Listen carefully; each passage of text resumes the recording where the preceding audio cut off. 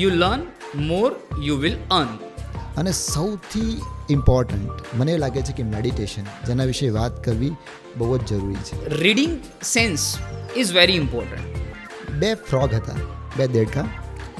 એકવાર તેઓ રમતા રમતા એક મોટા કૂવામાં પડી ગયા.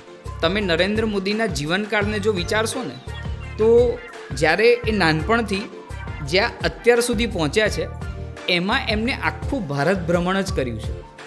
અને એ ભારત ભ્રમણની અંદર દરેક લોકોના માઇન્ડસેટ ઉપર એમને ચોક્કસ ઓબ્ઝર્વેશન કર્યું. ત્રીજું મેડિટેશન એટલે કે visualisation meditation. Making a mistake is not a crime.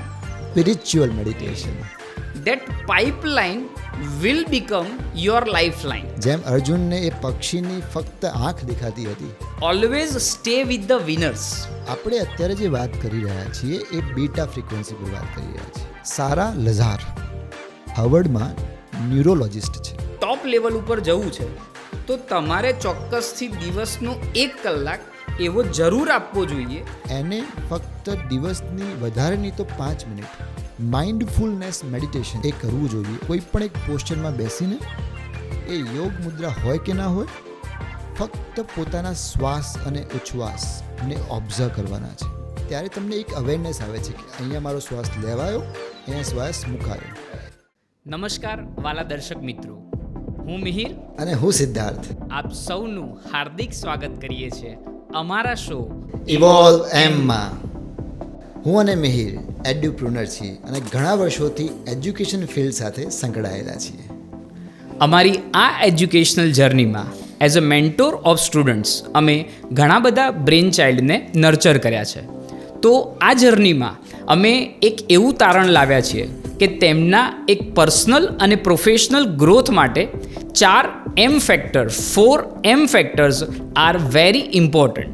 એને હું વર્ણવું તો હું એવું કહીશ કે માઇન્ડસેટ, મની, મેડિટેશન અને મોટિવેશન, આ 4 ફેક્ટર દરેક વ્યક્તિના અને વિદ્યાર્થીના જીવનમાં પોતાના જીવનના અપલિફ્ટમેન્ટ માટે ખૂબ જ અગત્યના પરિબળો તરીકે ભાગ ભજવતા હોય છે. મિહિરે જે વાત કરી 4M ફેક્ટરની, એટલે કે મેડિટેશન, માઇન્ડસેટ, મોટિવેશન અને મની કોન્સેપ્ટ, આ 4 ફેક્ટર્સ દરેક વ્યક્તિના જીવનમાં ખૂબ જ જરૂરિયાત ભર્યા હોય છે. જો એનો યોગ્ય રીતે ઉપયોગ કરવામાં આવે તો સફળતા ક્યાંયની નથી. અમે ચોક્કસ પ્રકારના ડેટા એનાલિસિસ અને ઇન્ટરપ્રિટેશન મારફતે આપ સમક્ષ અખૂટ જ્ઞાનનો ભંડાર પ્રસ્તુત કરવા જઈ રહ્યા છીએ. મેડિટેશન એટલે આપણા મસ્તિષ્કને સ્થિર રાખીને એક અપલિફ્ટમેન્ટ કરવાનો રસ્તો. મોટિવેશન એટલે દિવસની શરૂઆત એક સ્પાર્કથી થાય એની જરૂરિયાત. અને માઇન્ડસેટ એ આ બધાથી ઉપર, એટલે કે આપણી બિલીવન સિસ્ટમ. આ બધી જ વસ્તુઓમાં આપણે અલગ અલગ પ્રકારના ઉદાહરણો લઈને, અલગ અલગ પ્રકારની વ્યવસ્થાઓને સમજીને આપણે ખૂબ જ સરસ રીતે આગળ વધવાના છીએ. મની એટલે કે પૈસો. પૈસો એ બધા પ્રોબ્લેમનું સોલ્યુશન નથી, પણ પૈસો એ ચોક્કસ પૈસાનું સોલ્યુશન તો છે જ. દુનિયા જે પ્રમાણે આગળ વધી રહી છે એ પ્રમાણે આવનારા વર્ષોમાં પણ ખૂબ જ સંપત્તિનું સર્જન થવા જનારું છે. આજનું યુથ પણ આવનારા ભવિષ્યમાં ખૂબ જ નવા પૈસાનું સર્જન કરશે. પણ પૈસાના સર્જનની સાથે એનું સંચાલન પણ એટલું જ અગત્યનું છે. તો આજની જે જનરેશન જી છે, આલ્ફા છે અને બીટા છે, એમને આવનારા વર્ષોમાં દરેક કમાયેલા પૈસાનું સંચાલન કેવી રીતે કરવું એ પણ એક ખૂબ જ અગત્યનો ભાગ ભજવશે. તો એ જ ચોક્કસ આશય સાથે આ શોની અંદર અમે financial data, personal finance, business plan અને આવા ઘણા બધા ફાઇનાન્શિયલ કોન્સેપ્ટ ઉપર એક ચોક્કસ રિસર્ચ કરીને આપની સમક્ષ એક લેમેન લેંગ્વેજમાં સામાન્ય વ્યક્તિ એ વસ્તુને સમજી શકે અને પોતાની જિંદગીમાં પણ એને અપ્લાય કરી શકે એવો અમારો આશય છે. તો આ શોની અંદર મનીના રિલેટેડ અમે ઘણા બધા આવા કન્સેપ્ટ ઉપર વાત કરીશું. મારા વહાલા દર્શક મિત્રો, આપણે જે વાત કરી એ રીતે આપણે આ પ્રોગ્રામને આગળ વધારવા માટે મિહિરનું સ્વાગત કરીએ છીએ અને પહેલાં મની કોન્સેપ્ટ ઉપર આપણે ડિસ્કશન કરીશું. મિહિર, વેલકમ. યસ. સૌપ્રથમ આપણી એક ઇન્ટ્રોડક્શન રીલ હતી અને એમાં તમે નોલેજમાં ઇન્વેસ્ટમેન્ટ કરવાની વાત કરી હતી. તો આ નોલેજમાં ઇન્વેસ્ટમેન્ટ કરવાથી શું રિટર્ન મળે એના વિશે થોડું જ્ઞાન આપો. ડેફિનેટલી એ કેસમાં હું ચોક્કસથી એવું કહીશ, મોર you learn more you will earn. જેટલું તમારું લર્નિંગ પેરામીટર્સ વધારે હશે એટલું જ તમારું અર્નિંગ વધવાનું છે. એટલે કોઈ પણ વ્યક્તિ હોય કે કોઈ પણ વિદ્યાર્થી હોય એને એક ચોક્કસ વસ્તુ હું એવું કહું કે જો તમારે જીવનમાં રોકાણ કરવું હોય તો સૌથી મોટું રોકાણ તમારી જાતમાં કરો. જેટલું રોકાણ તમારી જાતમાં વધશે અને એનું જે રિટર્ન આવશે એ ચોક્કસથી તમારી કલ્પના બહારનું રિટર્ન હોઈ શકે છે. એટલે નોલેજ એક એવી વસ્તુ છે કે જેનાથી અલ્ટિમેટ ફોર્ચ્યુન ક્રિએટ થઈ શકે છે. સામાન્ય જિંદગી જીવવા માટે તો ચોક્કસથી સામાન્ય નોલેજ પણ ચાલી જશે, બટ આપણે જ્યારે ફોર્ચ્યુન ક્રિએટ કરવું હોય તો એ ફોર્ચ્યુન ક્રિએટ કરવા માટે access knowledge is very important. બરાબર છે. તો આ નોલેજ મેળવવા માટે ઘણા બધા રસ્તાઓ હશે. ડેફિનેટલી. તો એ કયા કયા રસ્તાઓ હોઈ શકે એના વિશે થોડું જ્ઞાન આપો. શ્યોર. જ્યારે નોલેજ મેળવવાની વાત આવે ને તો આઈ વુડ સે દેટ કે there are so many ways by which we can get the knowledge. But એમની અંદર હું જો પ્રાયોરિટી આપું તો ઓબ્વિયસલી હું એવું કહીશ કે પુસ્તક સાચો મિત્ર. બરાબર. એટલે પુસ્તક પોતે છે ને એક જાદુગર છે. એટલે reading sense is very important. એટલે સૌથી પહેલું જ્યારે તમે વાત કરતા હો કે નોલેજ મેળવવું છે તો એના સંદર્ભમાં દરેક માણસે પોતાનું રીડિંગ સેન્સ ડેવલપ કરવું જ જોઈએ, એવું એક મારું દ્રઢપણે માનવું છે. હવે જ્યારે રીડિંગની વાત કરીએ છીએ આપણે તો ઓબ્વિયસલી એવું નથી કે કયા પુસ્તકો વાંચવા.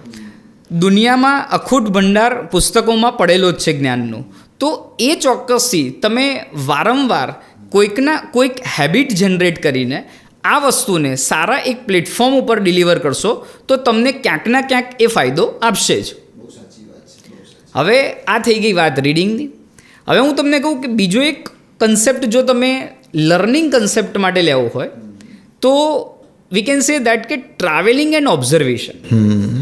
ટ્રાવેલિંગ અને ઓબ્ઝર્વેશનથી પણ જ્યારે આપણે વિચારીએ ને તો અખૂટ જ્ઞાન આપણે એમાંથી પણ મેળવી શકીએ છીએ.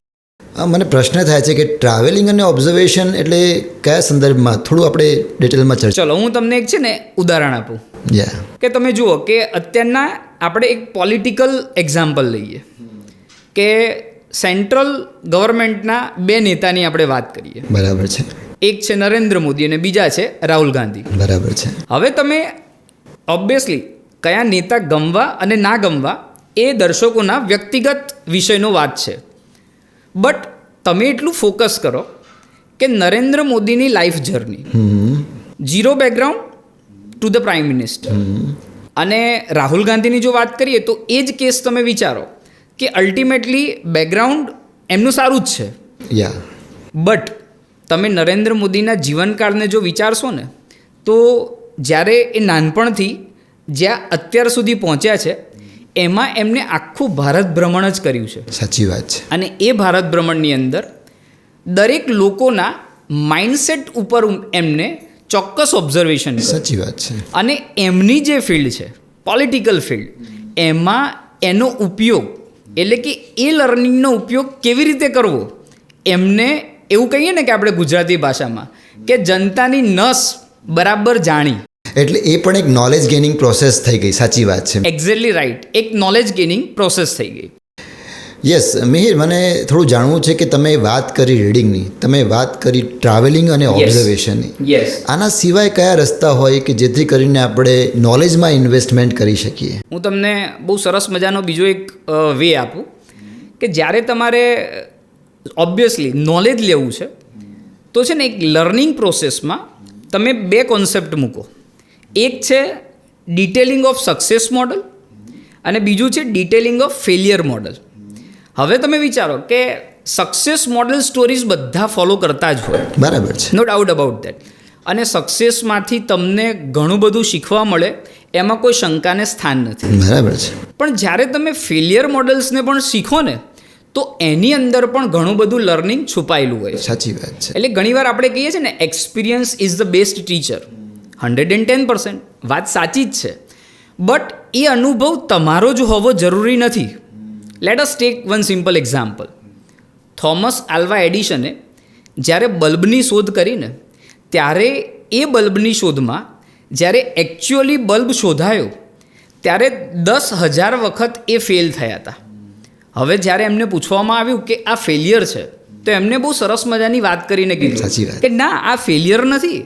મેં તો એવા 10,000 રસ્તા શોધ્યા છે જેનાથી બલ્બ સ્ટાર્ટ થતો નથી. સાચી વાત છે. તમારે જો અલ્ટિમેટલી બલ્બ સ્ટાર્ટ કરવો હોય ને તો તમે આ 10,000 રસ્તા ઉપર ના જતા. પરફેક્ટ. જે એના પછીનો રસ્તો છે ને એ એકચ્યુઅલી સક્સેસ અપાવે છે. બરાબર છે. That means making a mistake is not a crime. મેં એક જગ્યાએ બહુ સરસ રીતે આ સાંભળ્યું હતું. Making a mistake is not a crime. ભૂલ કરવી એ ગુનો નથી, but repeating a mistake is a crime. એટલે કેવું છે કે તમે જે ભૂલ કરો છો એ તમે રિપીટ કરો છો તો એ ગુનો છે. મેરભાઈ, અમે એવું સાંભળ્યું છે, માઇન્ડસેટના ઘણા બધા પુસ્તકો અને રિસર્ચ કર્યું છે. યસ. ત્યારે એવું સાંભળ્યું છે કે દરેક વ્યક્તિએ મિસ્ટેક પહેલાં કરી લેવી જોઈએ. જેટલી ઝડપથી તમે મિસ્ટેક કરશો ને એટલી ઝડપથી શીખશો.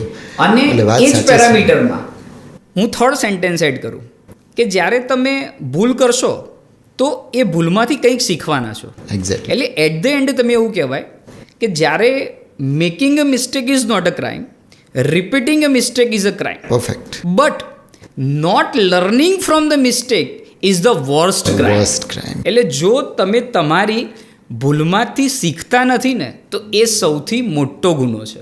પરફેક્ટ છે. આ એક પ્રોસેસ લર્નિંગ છે. એટલે તમે સમજો, અગેન આ નોલેજ મેળવવાનો એક સારો રસ્તો જ અહીંયા આપણને જોવા મળે છે. બરાબર છે. હજી હું તમને બીજો એક આઈડિયા આપું કે નોલેજ લર્નિંગ માટેની એક પ્રોસેસ. લેટ્સ સે તમે કોઈ પણ એક પ્રોફેશનલ ફિલ્ડમાં છો. તમે માની લો કે રોજનું 10 કલાક કામ કરો છો. તમારી કોઈ એક પેશન છે અથવા તો તમારી કોઈ એક એવી હોબી છે. જ્યારે તમે આ 10 કલાક પછી એવું વિચારશો કે ચલો દિવસના 1 કલાક કે 2 કલાક મારી આ પેશન અથવા તો હોબી માટે મારે કંઈક કરવું છે. હવે એના કન્સેપ્ટમાં જો તમે વર્ક શરૂ કરવાનું ચાલુ કરશો, બરાબર છે, તો at the end of 1 year, 2 year, 5 year you will see the magic result of these efforts. હું તમને છે ને બીજો એક સરસ મજાનો રસ્તો કહું કે તમારા ફ્રી ટાઈમને તમે એકચ્યુઅલી એક ક્રિએટિવ આર્ટ લર્નિંગમાં કન્વર્ટ કરો. બરાબર છે. એટલે બેઝિકલી તમે કોઈ પણ પ્રોફેશનમાં હો, કોઈ પણ વિદ્યાર્થી તરીકે તમે એકેડેમિક એક્ટિવિટી કરતા હો, પણ તમારા ફ્રી ટાઈમની અંદર તમે તમારા હોબી અથવા પેશનનું વર્ક સ્ટાર્ટ કરો. બરાબર છે. Over the period of time એની જ્યારે કમ્પાઉન્ડિંગ ઇફેક્ટ આવશે, that will deliver magical results. That means ઘણીવાર એટલે મારા મગજમાં એવું આવતું હોય કે certainly that pipeline will become your life line. એટલે ઘણી વખત એવું થશે કે તમે જે પાઇપલાઇનનું વર્ક મૂક્યું હતું એ જ કદાચ તમારી લાઈફ લાઇન બની જશે. બહુ સરસ વાક્ય કહ્યું આપે, બહુ જ સરસ વાક્ય. હજી એક સરસ મજાનો બીજો એક રસ્તો કહું. નોલેજને સારામાં સારું ગેઇન કરવું હોય ને ત્યારે always stay with the winners. Okay. That means જે વિનર્સ હોય ને એની સાથે મળીને તમે કામ કરો. બરાબર છે. Don't compete with them, work with them. That means તમે વિનરના કોન્ટેક્ટમાં રહેશો ને તો એનું લર્નિંગ ઓટોમેટિકલી તમારામાં ડિલિવર થશે. પરફેક્ટ છે. અને એ જ વસ્તુ જો તમારા જીવનમાં તમે અપ્લાય કરશો તો ચોક્કસ છે કે તમારો જે નોલેજ ગ્રાફ છે એમાં પણ એક્સપોનન્ટ સરસ ક્રિએટ થશે જ. સાચી વાત છે, સાચી વાત છે. મેરભાઈ, તમે બહુ બધા સરસ સરસ રસ્તાઓ આપ્યા, પણ મારા દર્શક મિત્રોને, વાલા દર્શક મિત્રોને એવો પ્રશ્ન થાય કે આ બધા રસ્તામાંથી સૌથી સારો રસ્તો કયો હોઈ શકે, તો એના વિશે આપ જણાવો. ચોક્કસથી. તો હું તમને છે ને એક એક્ઝામ્પલ થ્રુ આ વસ્તુને ડિલિવર કરું. ચલો આપણે છે ને એક ઇન્ડસ્ટ્રીયલ ગ્રુપ, લેટ્સ એક એક્ઝામ્પલ માટે લઈએ કે રિલાયન્સ ઇન્ડસ્ટ્રીઝ. બરાબર છે. હવે અત્યારે તમને એવું હોય કે જે નેક્સ્ટ જનરેશન અત્યારે કન્ડક્ટ કરી રહી છે એમાં મુકેશ અંબાણી સાથે મળીને તમારે ઘણું બધું શીખવું છે. બરાબર છે. સો તમે વિચારી જુઓ કે કાલે સવારે જો તમારે એમને મળવા જવું છે, એ તમને ટાઈમ આપશે? ના, એ શક્ય નથી. લગભગ નિયર ટુ ઇમ્પોસિબલ છે. દેટ મીન્સ હવે તમારે તો શીખવું જ છે. It is your determination. Right. તો હવે બહુ સિમ્પલ વસ્તુ છે. આ ફોકસ્ડ વેમાંથી તમારો આન્સર નીકળશે કે ગમે તે થઈ જાય, મારે રિલાયન્સ ઇન્ડસ્ટ્રીઝના જે વર્ક કલ્ચરને ફોલો કરીને એમાંથી કંઈક શીખવું છે, પણ મુકેશભાઈ ટાઈમ આપવા તૈયાર નથી. દેટ મીન્સ 24/7 તમને કોઈ સારા લર્નર તમને અપોઇન્ટમેન્ટ આપી દેશે એ જરૂરી નથી. સાચી વાત છે. તો આનો રસ્તો શું? તો આનો રસ્તો બહુ સિમ્પલ છે, બુક. દેટ મીન્સ હવે તમે વિચારો, ધીરુભાઈ અંબાણીની જે આખી લાઈફ જર્ની છે એના ઉપર બહુ સરસ મજાના પુસ્તકો અવેલેબલ છે. હવે કોઈ વ્યક્તિ આ જ બુકને પકડી લેશે અને એનું વાંચન શરૂ કરશે તો ડેફિનેટલી એ કદાચ નાનામાં નાનું એટલે કે એક સામાન્ય જીવન જીવતું હશે ને એના મગજમાં પણ એક સ્પાર્ક જનરેટ કરી શકે છે. બહુ જ સાચી વાત છે. That means I would say that કે રીડિંગ છે ને એક સૌથી મોટો રસ્તો છે નોલેજ મેળવવાનો. પરફેક્ટ છે. એટલે મને પણ રીડિંગનો ખૂબ જ શોખ છે મિહિર. યસ. અને જે વ્યક્તિના આખા જીવનકાળમાં જે પ્રશ્નો છે, જે સફળતા અને નિષ્ફળતાના જે પ્રસંગો છે, યસ, એ વ્યક્તિ એ બુકમાં જ્યારે લખે છે ત્યારે પોતાનું દિલ મૂકીને લખે છે. Yes. અને જો એ બુકને આપણે વાંચીએ તો એના આખા જીવનનો સારાંશ આપણને મળે છે. બહુ સાચી વાત મિહિર. એટલે કેવું કે આખા જીવનનો જે નીશ છે એ એની અંદર 100% ડિલિવર થતો હોય છે. સાચી વાત છે. અને this the very proven thing. હું તમને એક વાત કહું કે કેવું છે કે તમે કોઈ પણ પ્રોફેશનલ ફિલ્ડમાં હો, એ પ્રોફેશનલ ફિલ્ડના નોલેજ અપડેટ માટે, માની લો તમે કોઈ વિડીયોગ્રાફર છો, બરાબર. કેમેરામેન છો, પણ તમારે એક ટોપ લેવલ ઉપર જવું છે તો તમારે ચોક્કસથી દિવસનો 1 કલાક એવો જરૂર આપવો જોઈએ કે મારા આ ફિલ્ડની અંદર અપડેશન શું છે. એટલે હું એડિટિંગ કેવી રીતે સારું કરી શકું, હું જે ફોકસ્ડ જનરેશન, ન્યૂ જનરેશન આવી રહી છે એમનો એસેન્સ શું છે એ મારા એડિટિંગમાં આવવો જોઈએ. તો ultimately you can stay within the course and you can get the benefit of it. એટલે અપડેટિંગ નોલેજ. અપડેટિંગ નોલેજ એટલે મેં કીધું ને દિવસનો 1 કલાક એટલે કેવું છે કે 24 કલાકમાંથી તમે 1 કલાક કાઢશો એટલે basically it is 4% of your day. 4% થયો દિવસનો ભાગ, પણ એ 4% તમને 10 વર્ષ પછી તમારી ફિલ્ડના ટોપ ઉપર મૂકી દેશે. સાચી વાત છે મિહિર. હવે દર્શક મિત્રોને એવો પ્રશ્ન થઈ શકે યસ કે આ તમે વાત કરી 1 કલાક આપવાની 24 કલાકમાં, Definitely. તો જે આપણે પર્સનલ નોલેજમાં ઇન્વેસ્ટમેન્ટ કરીએ છીએ ડેફિનેટલી એ ઇન્વેસ્ટમેન્ટનું રિટર્ન શું હોઈ શકે? ઓબ્વિયસલી રિટર્નની તમે વાત કરીને તો બહુ સિમ્પલ છે. એટલે ફાઇનાન્સની લેંગ્વેજમાં કહું ને તો જેટલા બી ફાઇનાન્શિયલ એનાલિસ્ટ હોય ને એટલે રિટર્ન માટે છે ને એ ઓલવેઝ બિલીવ શેમાં કરે તો કે કેગર, કમ્પાઉન્ડ એન્યુઅલ ગ્રોથ રિટર્ન. બરાબર છે. એટલે ભવિષ્યમાં કેવું છે આપણે એના ઉપર પણ સરસ મજાના શોઝ કરવાના છીએ. પરફેક્ટ. પણ હું એક સામાન્ય લેંગ્વેજમાં સમજાવું કે જ્યારે ચલો માની લઈએ કે એક સોફ્ટવેર એન્જિનિયર છે, એને આજથી 15 વર્ષ પહેલાં એની કોઈ એક જોબ સ્ટાર્ટ કરી હતી. બરાબર છે. હવે એની પર મંથ સેલરી 10,000 રૂપિયા હતી. બરાબર છે. 15 યર્સ બેક 10,000 સેલરી. આજે માની લો એની સેલરી 5 લાખ છે, 5 લાખ રૂપિયા પર મંથ. ઓકે. હવે તમે જો આ ડેટા એનાલિસિસમાં તમે મૂકશો તો 15 વર્ષમાં એનો જે પોતાનો નોલેજ કેગર છે ઇટ ઇઝ અબાઉટ 30%. ઓકે. કેટલા ટકા? 30%. 30%. હવે તમે આ જ વસ્તુને તમે કોઈ ઇન્વેસ્ટમેન્ટ ઇકોનોમી સાથે કનેક્ટ કરો. હું પ્યોરલી એવું કહું ને તો ઇન્ડિયન ઇકોનોમીના સ્ટેટિસ્ટિક્સ પ્રમાણે એવરેજ જે લાસ્ટ 15 યરનું રિટર્ન છે એ કેગર પ્રમાણે 15% છે. ઓકે. હવે તમે કમ્પેર કરો આ બે મોડલને કે તમારું નોલેજમાં ઇન્વેસ્ટમેન્ટ હતું, હા, એનો કેગર કેટલો આવ્યો? 30%. અને તમારું જે પેસિવ ઇન્વેસ્ટમેન્ટ હતું એનો કેગર કેટલો? 15%. હવે બધા શું કરે છે, રોજ સવાર પડે ને નજર આમાં વધારે હોય છે. એક્ઝેક્ટલી. એના કરતાં બેટર છે કે તમારી નજર ક્યાં હોવી જોઈએ? તમારી ફિલ્ડમાં. તમારી ફિલ્ડને તમે જેટલું અપડેટ કરશો તમારું અર્નિંગ ત્યાંથી વધશે. એ અર્નિંગને તમે તમારા પેસિવ ઇન્વેસ્ટમેન્ટમાં એડ ઓન કરો. That is the main point. એટલે કે દરેક માણસે પોતાના નોલેજમાં ઇન્વેસ્ટમેન્ટની વાત આવશે તો હજી હું તમને બીજું એક્ઝામ્પલ આપું, બહુ મજાનું એક્ઝામ્પલ. હમણાં આપણે રિલાયન્સ ઇન્ડસ્ટ્રીની વાત કરીને તો સ્વર્ગસ્થ ધીરુભાઈની જર્ની તમે વિચારો. 300 રૂપિયાથી શરૂઆત થઈ અને આજે એમનું એમ્પાયર છે 9 લાખ કરોડ રૂપિયા. દેટ મીન્સ આટલા વર્ષોની જર્નીમાં એનો કમ્પાઉન્ડ એન્યુઅલ ગ્રોથ રિટર્ન એ એકચ્યુઅલી આપણે આંકડાકીય માહિતીમાં જઈએ ને તો ઇટ ઇઝ અનબિલિવેબલ. બરાબર. એટલે કેવું છે કે ફાઇનાન્શિયલ ડેટામાં ઇન્ડિયન ઇકોનોમીના 40 વર્ષ તમે લઈ લો ને તો એવું કહેવાય કે તમારું જો ઇન્વેસ્ટમેન્ટ કન્સેપ્ટ હોય અને એની અંદર જો તમે 12% કેગર મેળવ્યો હોય ને you are lucky enough with that.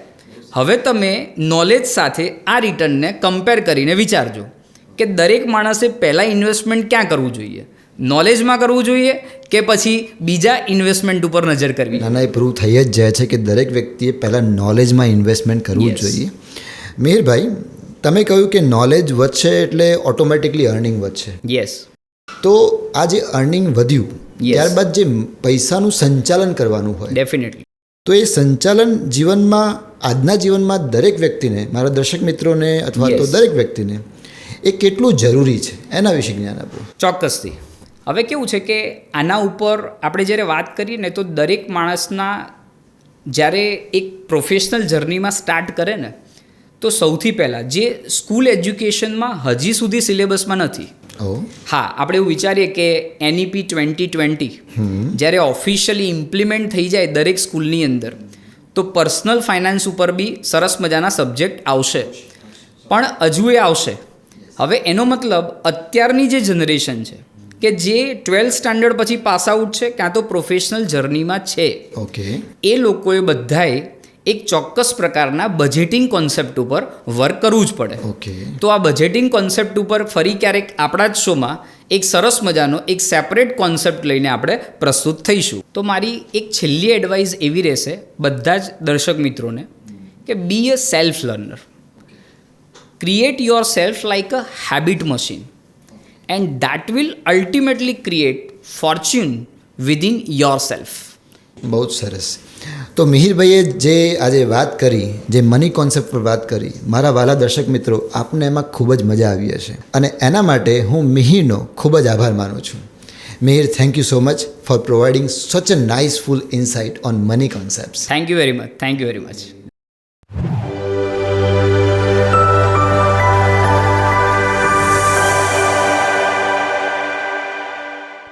દર્શક મિત્રો, હવે આપણે આ શોના બીજા ભાગમાં વાત કરીશું રિમેનિંગ 3 ફેક્ટર્સ એટલે કે માઇન્ડસેટ, મોટિવેશન અને મેડિટેશન ઉપર. સિદ્ધાર્થ આપણને આના ઉપર ડિટેલ ગાઈડલાઇન પ્રોવાઈડ કરશે. સિદ્ધાર્થ, સૌથી પહેલાં તો તમે એ હવે સમજાવો કે માનસિકતા એટલે શું? વેલ મિહિર અને મારા વાલા દર્શક મિત્રો, માનસિકતા એટલે એક સ્થિર વિચારધારણા.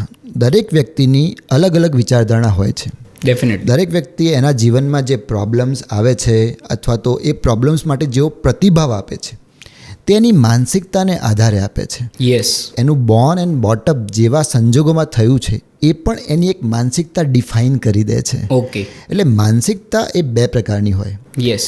એક માનસિકતા હોય જેને આપણે ફિક્સ્ડ માઇન્ડસેટ કહીએ છીએ અને બીજી માનસિકતા હોય જેને આપણે ગ્રોથ માઇન્ડસેટ કહીએ છીએ. ડેફિનેટ. મોટાભાગની વ્યક્તિઓ એક ફિક્સ્ડ માઇન્ડસેટ પ્રમાણે જીવન જીવતી હોય છે.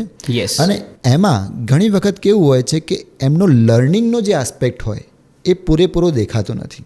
ઓકે. પરંતુ ગ્રોથ માઇન્ડસેટ એટલે કે વિકસિત વિચારધારા એવી હોય છે કે જેમાં વ્યક્તિ હંમેશા લર્નિંગ કરતો રહે છે અને નવું નવું શીખતો રહે છે. ઓકે. બીજી વાત કરીએ આપણે એક પ્રકારના મોટિવેશનની. તો મોટિવેશનની જરૂર કોને હોય છે? આજના દરેક યુથને, આજની દરેક એવી વ્યક્તિને કે જેને સફળ થવું છે એને નાનો એવો એક સ્પાર્ક તો જોઈએ જ છે જેને આપણે એક મોટિવેશન કહીએ છીએ. ડેફિનેટલી. તો આ મોટિવેશનને સમજાવવા માટે હું આપને એક સ્ટોરી સમજાવું જેથી મારા દર્શક મિત્રોને પણ ખ્યાલ આવે કે આનું કેટલું ઇમ્પેક્ટ છે. આ એક સ્ટોરી એવી છે કે જે આપણે નાના હતા ને ત્યારે આપણને પંચતંત્રની વાર્તાઓ કહીને આપણા માતા પિતા બહુ સરસ મજાની વાર્તાઓ હતી. એ પંચતંત્રની આ એક વાર્તા તો નથી, પણ એના જેવી જ એક સ્ટોરી છે Yes. જેનાથી આપણને મોટિવેશન મળે છે. 2 ફ્રોગ હતા, 2 Okay. દેડકા. ઓકે એકવાર તેઓ રમતા રમતા એક મોટા કૂવામાં પડી ગયા. ઓકે ત્યાં ફ્રોગની ઘણી બધી જમાત હતી, એટલે બધા ફ્રોગ આજુબાજુ આવી ગયા અને Yes. એમને જોવા લાગ્યા. આ બંને ફ્રોગ અંદર તો પડી ગયા, પણ બહાર આવવા માટે બહુ ઝપઝપિયા કરવા માંડ્યા.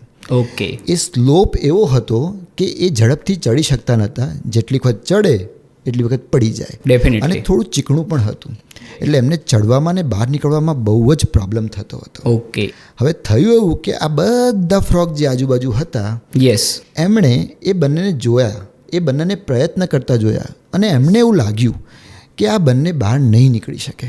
એટલે એમણે એવું કહેવાનું ચાલુ કર્યું કે તમે છોડી દો આશા, તમે બહાર નહીં નીકળી શકો અને તમે થોડી વાર પછી મૃત્યુ પામશો. પરંતુ આ વાતો સાંભળીને એક ફ્રોગ હતો, એને ઝપઝપિયા મારવાનું ચાલુ કર્યું, Okay. અને એને એ વાતો સાંભળી નહીં. હવે થયું એવું કે બીજો જે ફ્રોગ હતો, બીજો દેડકો હતો, એણે આ વાત સાંભળી અને પોતાના દિલમાં ઉતારી લીધી અને એને પ્રયત્ન કરવાના છોડી દીધા. યસ થોડી વાર પછી એ ફ્રોગ તો મૃત્યુ પામ્યો, ઓહ પરંતુ જે બીજો ફ્રોગ હતો, જે દેડકો હતો, એને ઝપઝપિયા મારવાના ચાલુ જ રાખ્યા અને અલ્ટિમેટલી એક પોઈન્ટ એને એવો મળી ગયો કે એને એક એવો કૂદકો માર્યો કે Yes. સીધો બહાર નીકળી ગયો. ઓકે હવે વાત એવી હતી કે જ્યારે બહાર નીકળી ગયો યસ ત્યારે બાકીના બધા ફ્રોગ એની પાસે આવ્યા અને ડેફિનેટલી એને એવું કહેવા લાગ્યા કે અમે તને આટલું બધું કહ્યું Yes. કે તું બહાર નહીં નીકળી શકે, ડેફિનેટલી તો તું કેવી રીતે તારા મોમેન્ટમને કેરી કરી રહ્યો હતો અને Yes. કેવી રીતે બહાર નીકળ્યો? શું તારી એક વિચારધારણા શું હતી, એક મોટિવેશન શું હતું? યસ ત્યારે ફ્રોગે ફક્ત એક સ્માઇલ કર્યું યસ અને સ્માઇલ કરીને ત્યાંથી નીકળી ગયો. ઓકે ત્યારબાદ ખબર પડી કે એ ફ્રોગ ડીફ હતો, સાંભળી શકતો જ નહોતો.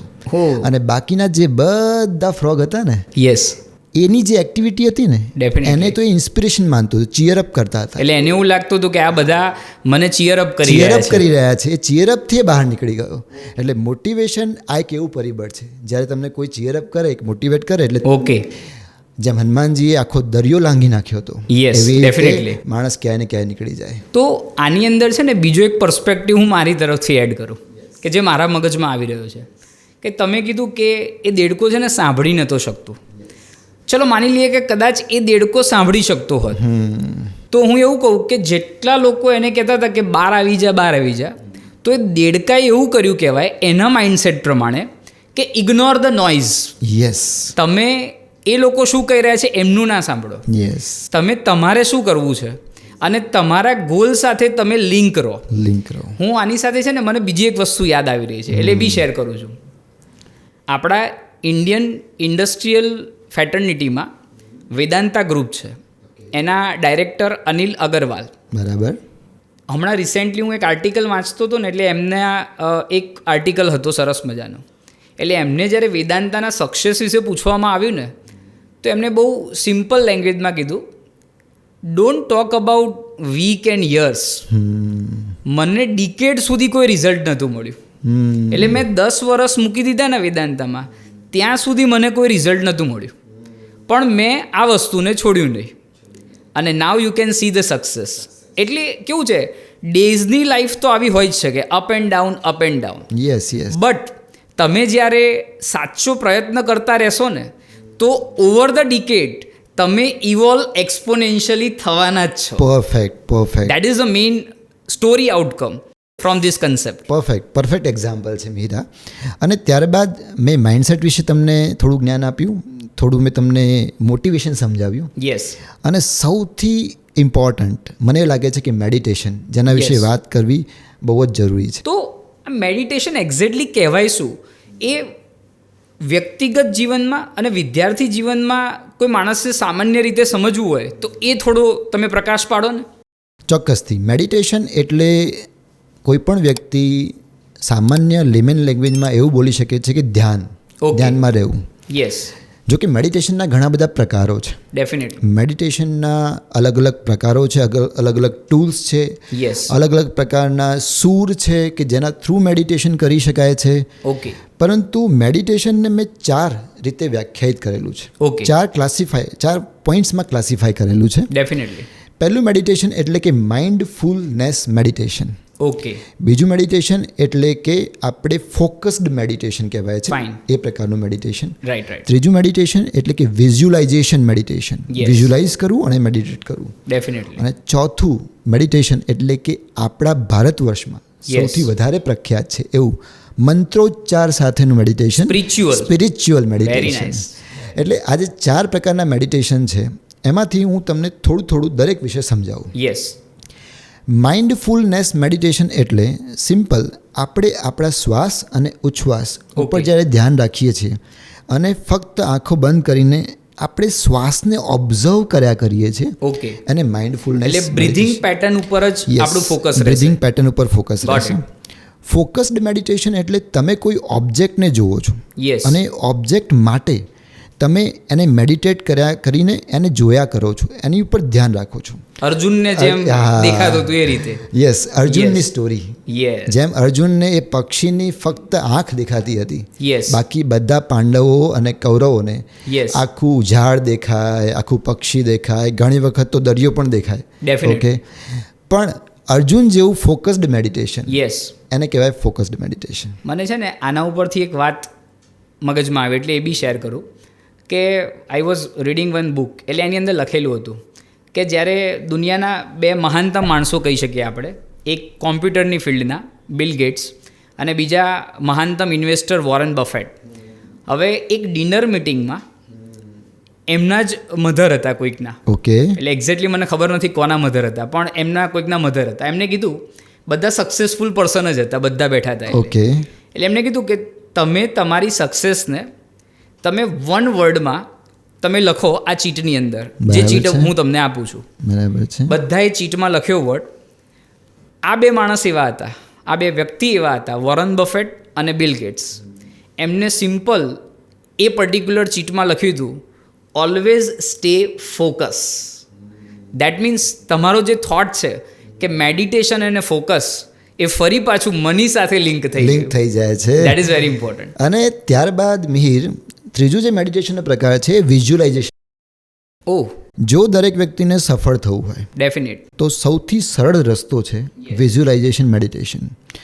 ઘણા બધા આપણી પાસે એક્ઝામ્પલ્સ છે કે Yes. જે લોકોએ વિઝ્યુલાઇઝ કરીને જીવનમાં સફળતા મેળવી છે. Okay. આપણા આગળ આવનારા પ્રોગ્રામ્સમાં આપણે આના વિશે વાત કરીશું, જેને લોકો લો ઓફ અટ્રેક્શન પણ કહે છે. Okay, live models. Live models, law Yes. Of attraction. એટલે જે વસ્તુ આપણે વિઝ્યુલાઇઝ કરીએ યસ, એ આપણે મેળવી શકીએ. અને definite. This is not any gimmick. Okay, આ એવી વસ્તુ છે કે જેમાં પ્યોર સાયન્સ છુપાયેલું છે, યસ, અને એને કેમિસ્ટ્રી અને ફિઝિક્સના, ઓકે, ક્વોન્ટમ ફિઝિક્સના યસ. પ્રિન્સિપલ સાથે આપણે સાંકળી શકીએ છીએ. મને બીજો એક વિચાર એવો આવે છે, આ મેડિટેશન અને બ્રેન વેવ જે થિયરી છે, એનું લિંકેજ શું હોય? યસ, ચોક્કસથી આપણા દર્શક મિત્રોને પણ આ જાણીને બહુ જ મજા આવશે. દરેક મસ્તિષ્કમાં જે વિચારો આવી રહ્યા છે એ વિચારો અલગ અલગ પેટર્નમાં આવી રહ્યા છે. ફાઇન. એક વ્યક્તિ જ્યારે દિવસની શરૂઆત કરે છે ઓકે, ત્યારે એના મગજમાં ઘણા બધા વિચારોનો વમળ ઉભરાય છે. ઉભરાય, વાત સાચી. જ્યારે માનો કે એક વ્યક્તિ જોબ કરવા જઈ રહ્યો છે, યસ, ત્યારે એ જોબ કરવા જઈ રહ્યો છે ત્યારે એના જોબના વિચાર આવશે. યસ, જ્યારે એ વ્યક્તિ આગળ જાય છે ત્યારે એને વિચાર આવે છે કે મારા ઘરમાં કંઈક વસ્તુ લાવવાની હતી, Yes. એના વિચારો આવશે.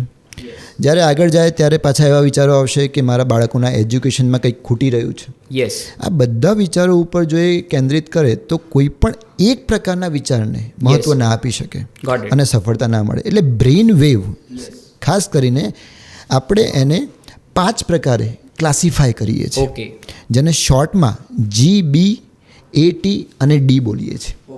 G એટલે ગામા વેવ્સ, Yes. B એટલે બીટા વેવ્સ, યસ, A એટલે આલ્ફા વેવ્સ, યસ, T એટલે થીટા વેવ્સ એન્ડ D એટલે ડેલ્ટા વેવ્સ. Got it. આ બધા વેવ્સની ફ્રીક્વન્સી અલગ અલગ છે. યસ, યસ, આપણે જેમ અત્યારે વાતચીત કરી રહ્યા છીએ Yes. એ મોસ્ટલી બીટા ફ્રીક્વન્સી ઉપર વાત કરી રહ્યા છીએ. ઓકે, જ્યારે કોઈ સ્પોર્ટ્સ પર્સન Yes. કોઈ એક્ટિવિટી જ્યારે સ્પોર્ટ્સ રમતો હોય ત્યારે મોટાભાગે એના હાઈએસ્ટ બ્રેન વેવ્સ હોય ઓકે, અને એ ગામા વેવ્સ હોય, એટલે કન્સન્ટ્રેટેડ. Concentrated, got it. અને જેની ફ્રીક્વન્સી 30 હર્ટ્ઝથી લઈને 100 હર્ટ્ઝ સુધીની હોઈ શકે છે. ઓકે, હર્ટ્ઝ એટલે આપણા દર્શક મિત્રો માટે વાત કરું કે Yes. હર્ટ્ઝ એટલે શું? એક સેકન્ડની અંદર કેટલા વેવ્સ યસ. એક પોઈન્ટ ઉપરથી પસાર થાય છે એને આપણે હર્ટ્ઝ કહીએ છીએ. ઓકે. એટલે બહુ હાઈ વેવ્સ જતા હોય Definitely. ત્યારે એને ગામા કહીએ છીએ. ડેફિનેટ. આલ્ફા વેવ્સ એટલે સ્લીપી નેચર. જ્યારે આપણને ઊંઘ આવવાની શરૂઆત થાય ને યસ. ત્યારે આપણે આલ્ફા લેવલે જતા હોઈએ છીએ. ઓકે. પણ એ વખતે કોન્શિયસ રહીને કામ કરીએ તો ઘણી બધી સફળતા મળી શકે છે. ચોક્કસ. અને એના પછીના લેવલ્સ બહુ બધા લાઈક પ્રયત્નો માગી લે છે. Definitely. જેમ થીટા અને ડેલ્ટાની વાત કરીએ છીએ. ઓકે. તો આ પ્રકારના બ્રેન વેવ્સ આપણે ઓબ્ઝર્વ કરતા હોઈએ છીએ. Okay, very nice. તો સિદ્ધાર્થ, આપણે જે માઇન્ડસેટ અને મેડિટેશનની વાત કરીને, તો મેડિટેશન થ્રુ બ્રેન વેવ ઉપર કંટ્રોલ મેળવી શકાય? ઓકે, યસ મિહિર, બહુ સાચી વાત છે. મેડિટેશન દ્વારા બ્રેન વેવ ઉપર 100% કંટ્રોલ મેળવી શકાય. તો શું એને આપણે હિપ્નોસિસ કહી શકીએ? યસ, આ બંને પ્રશ્નનો જવાબ હું તમને આપું. મેડિટેશન દ્વારા બ્રેન વેવ ઉપર આપણે કમ્પ્લીટલી કંટ્રોલ મેળવી શકીએ છીએ, પરંતુ એના માટે એક ચોક્કસ પ્રકારની પ્રેક્ટિસ જોઈએ. ડેફિનેટલી.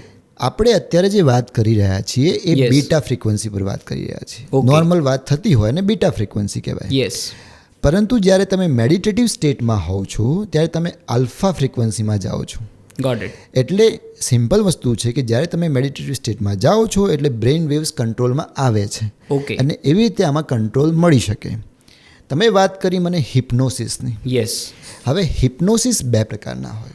જેમ કે કોઈ જાદુગર હોય છે યસ. અને કોઈ શો કરતા હોય ત્યારે એ હિપ્નોસિસ દ્વારા ઘણા બધા લોકોને માસ હિપ્નોટાઇઝ કરીને એમના ઓકે. જે પ્રયત્નો છે જાદુ દેખાડવાના એ સંપૂર્ણ રીતે સક્સેસફુલ બનાવતા હોય છે. પરંતુ અહીંયા વાત છે એ હિપ્નોસિસની નહીં, અહીંયા વાત છે સેલ્ફ હિપ્નોસિસની. મેડિટેશન દ્વારા આપણે જો આલ્ફા લેવલ પર પહોંચી જઈએ તો આલ્ફા લેવલને આપણા સબકોન્શિયસ માઇન્ડ માટેનું, જેને અર્ધચેતન મસ્તિષ્ક કહી શકાય, ઓકે. તો જે સબકોન્શિયસ માઇન્ડનું પ્રોગ્રામિંગ છે એ Yes. આલ્ફા લેવલ ઉપર કરી શકાય છે. ઓકે. એટલે જ્યારે તમે આલ્ફા લેવલ પર પહોંચો છો યસ. ત્યારે તમે એક પ્રોગ્રામિંગના સ્ટેટમાં છો. ઓકે. અને એ વખતે તમે તમારી હેબિટ્સને, તમારા ઓલરેડી જે હેબિચ્યુઅલ પ્રોગ્રામિંગ થયેલા છે Yes. એને તમે ચેન્જ કરી શકો છો. એટલે ડેઇલી રૂટીનની અંદર તમે કોઈ એક ગોલ બનાવો યસ. અને એ ગોલ તમે જો ફોલો કરતા થઈ ગયા, દેટ મીન્સ એ કંટ્રોલ આવી ગયો. એ કંટ્રોલ આવી ગયો કારણ કે તમને સ્થિરતા મળી છે. યસ. એટલે તમે મસ્તિષ્કની રીતે સ્થિરતા મેળવી છે. બીજું તમે માઇન્ડસેટ ઉપર પણ કામ કરી લીધું એટલે એવું બી કહી શકાય કે મગજ તમને કમાન્ડ આપે એ પહેલાં તમે મગજને કમાન્ડ આપી દો. એક્ઝેક્ટલી મિહિર, બહુ સાચી Yes. વાત છે. એટલે આ વસ્તુને સમજીને જો પ્રયત્ન આપીને Yes. કરવામાં આવે યસ. યસ. તો પછી તો ઘણા બધા એવા પ્રસંગો છે જે તમે તમારા જીવનમાં આપમેળે ઉત્પન્ન કરી શકો છો, ક્રિએટ કરી શકો છો. Yes. અલ્ટિમેટલી ભગવાન આપણે બહાર શોધીએ છીએ, ભગવાન વાત અહીંયા સાચી.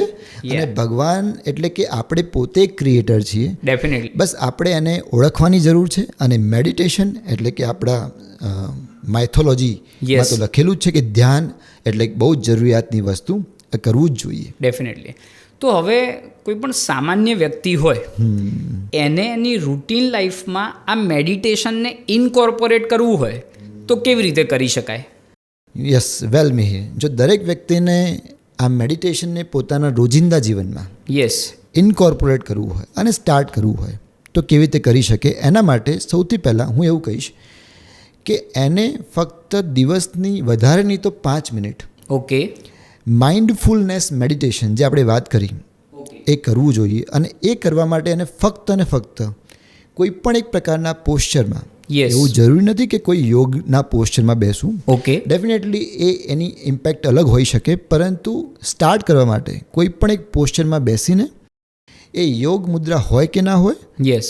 ફક્ત પોતાના શ્વાસ અને ઉચ્છ્વાસ Yes. ઓબ્ઝર્વ કરવાના છે. યસ. જો આવું કરવાનું સ્ટાર્ટ કરી દઈએ યસ. તો એ એક પ્રકારનું માઇન્ડફુલનેસ મેડિટેશન થયું અને Yes. શરૂઆત થઈ. યસ. જરૂર નથી કે તમને એ વખતે જ જે વિચારોનો વમળ આવે છે સ્ટોપ થઈ જશે. એ ડેફિનેટલી. ચાલુ રહી શકે, પણ Yes. આપણે કોન્સન્ટ્રેટ ફક્ત અને ફક્ત શ્વાસ અને ઉચ્છ્વાસમાં કરવાનું છે. યસ. અને આના માટે હું તમને 2 ટ્રિક્સ આપું કે Okay. કેવી રીતે કોન્સન્ટ્રેટ કરી શકાય. દર્શક મિત્રોને જો શરૂઆત જ કરવી હોય તો બહુ સરળ છે. સૌથી પહેલાં તમે જેમ અત્યારે આપણે બેઠા છીએ Yes. એમ તમારે સ્પાઇનલ કોર્ડને એકદમ સ્ટ્રેટ કરી લેવાની છે લાઈક ધીસ. યસ. અને ત્યારે તમારે ફક્ત અને ફક્ત આંખો બંધ કરીને જેટલા તમે બ્રિધિંગ સાયકલ્સ લઈ રહ્યા છો એને Okay. ઓબ્ઝર્વ કર્યા કરો. આજુબાજુના વિચારો આવતા હશે, જસ્ટ એને સ્ટોપ કરો, થોડીવાર પ્રયત્ન કરો.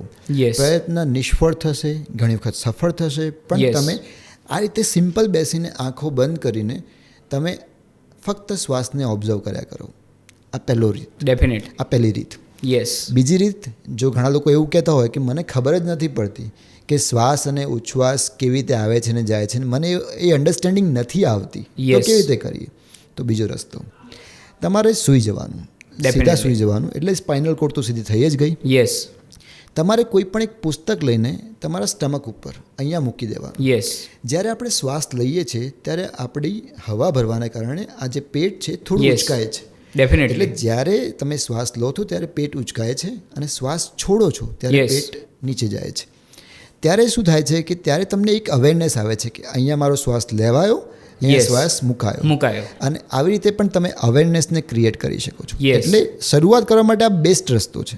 Simple technique Definitely. પણ બહુ જ ઇફેક્ટિવ ટેકનિક. ખૂબ જ સરસ ટેકનિક સિદ્ધાર્થે આપણને જણાવી કે મેડિટેશન રૂટીન લાઈફમાં કોઈ સામાન્ય વ્યક્તિને કરવું હોય ને તો કેવી રીતે કરી શકે.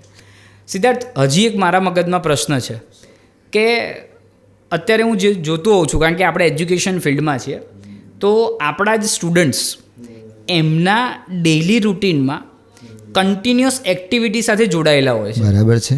હવે ઘણીવાર એવું થાય મને બી કે એમનો સ્ટ્રેસ બી રિલીવ કરવા માટે બહુ ઓછા સમયની અંદર એક સારી રીતે એ લોકો મેડિટેટ કરી શકે, એના વિશે તમે થોડોક પ્રકાશ પાડો ને. યસ. પહેલાં તો ઘણા બધા લોકો સ્કેપ્ટિકલ હોય કે મેડિટેશનથી કેવી રીતે આગળ વધી શકાય. અને Okay. ખાસ કરીને વિદ્યાર્થી મિત્રોને આપણે ખાસ કહેવાનું છે અહીંયા, જે હાલ વિદ્યાર્થી તરીકેનું જીવન પસાર કરી રહ્યા છે. યસ. વિદ્યાર્થીની જરૂરિયાત શું છે? પહેલી જરૂરિયાત છે કે એને યાદ રહે, યસ. અને બીજી જરૂરિયાત છે એ જ્યારે પેપર લખવા બેસે અથવા તો કોઈ પણ એક્ઝામિનેશન અથવા તો કોઈ પણ પ્રકારની કોમ્પિટિશનમાં બેસે ત્યારે Yes. એને ફિયર ના હોય, સ્ટ્રેસ ના Definitely. હોય. આ બે જરૂરિયાતો છે. યસ. સાંભળજો મારા વાળા દર્શક મિત્રો, આ બહુ જ અગત્યનું એક ઉદાહરણ આપવા જઈ રહ્યો છું. સારા લઝાર ઓકે. આ એક હાર્વર્ડમાં ન્યુરોલોજિસ્ટ છે. ઓકે. અને શરૂઆતના દિવસોમાં એવું થયું હતું કે જ્યારે એ રનિંગ કરતા હતા Yes. ત્યારે એમને રનિંગ ઇન્જરી થઈ હતી. રનિંગ ઇન્જરી થઈ ત્યારે એમને યોગાની થોડી પ્રેક્ટિસીસ કરવા માટે ડૉક્ટરે સલાહ આપી હતી. ઓકે. યોગાની પ્રેક્ટિસ કરતાં કરતાં એમને થોડા મેડિટેશનના પણ પ્રોગ્રામ આપવામાં આવ્યા હતા. યસ. આની પહેલાં સારા લઝારને મેડિટેશનમાં બિલકુલ વિશ્વાસ નહોતો. યસ. બિંગ અ ન્યુરોલોજિસ્ટ એમને વિશ્વાસ નહોતો. યસ. પરંતુ જ્યારે એમણે મેડિટેશન કર્યું ત્યારે એમની જે રિકવરી આવીને એ ખૂબ જ ફાસ્ટ આવી, ઓહ. ક્લેરિટી વધી Yes. અને ઇન્ટેન્શન પણ વધ્યો. ત્યારે ડેફિનેટલી. એમને એવો વિચાર આવ્યો કે લાવ હું આની પર રિસર્ચ કરું. યસ. એમણે રિસર્ચ કરવાનું સ્ટાર્ટ કર્યું. રિસર્ચ કરતાં કરતાં એમને એવી માહિતી મળી કે આપણા મસ્તિષ્કની અંદર હિપ્પોકેમ્પસ Yes. નામની એક જગ્યા હોય છે ઓકે. જે મોસ્ટલી લર્નિંગ અને ઇન્ટ્યુએશન સાથે Yes. સંકળાયેલી છે, નેવિગેશન સાથે સંકળાયેલી છે. Got it. મેડિટેશન જો 8 વીક સુધી સતત કરવામાં આવે યસ. તો આ હિપ્પોકેમ્પસની થિકનેસ વધે છે, ઓકે. જેથી કરીને લર્નિંગ કરવાની કેપેબિલિટી વધે છે. યસ. આ ઉપરાંત એમણે એવું પણ ઓબ્ઝર્વ કર્યું કે આપણા મસ્તિષ્કની અંદર એમેડલેડા નામનું એક ઓર્ગન હોય છે. ઓકે. આ ઓર્ગનની સાઇઝ ઘટી જાય છે. હવે આ ઓર્ગન મોટા ભાગે સ્ટ્રેસ અને ફિયર માટે જવાબદાર ચેતનાને ઉત્પન્ન કરે છે. ઓહ, વેરી નાઇસ. તો આ બંને પરિબળોને જોતા એમણે 100% કહ્યું છે કે meditation is the key to learn for every single student to get success. Make sense. Yes. Very nice, very nice. તો સિદ્ધાર્થે જે વાત કરી માઇન્ડસેટ, મોટિવેશન અને મેડિટેશન ઉપર, એ ખૂબ જ સરસ મજાની રહી હશે. આવા જ અલગ અલગ પ્રકારના શો સાથે અમે ઇન ફ્યુચર તમારી સમક્ષ પ્રસ્તુત થતા રહીશું. તો આવા શોને નિહાળવા માટે અમારી ચેનલને તમે લાઈક કરો, શેર કરો અને સબસ્ક્રાઈબ કરવાનું તો ભૂલતા જ નહીં.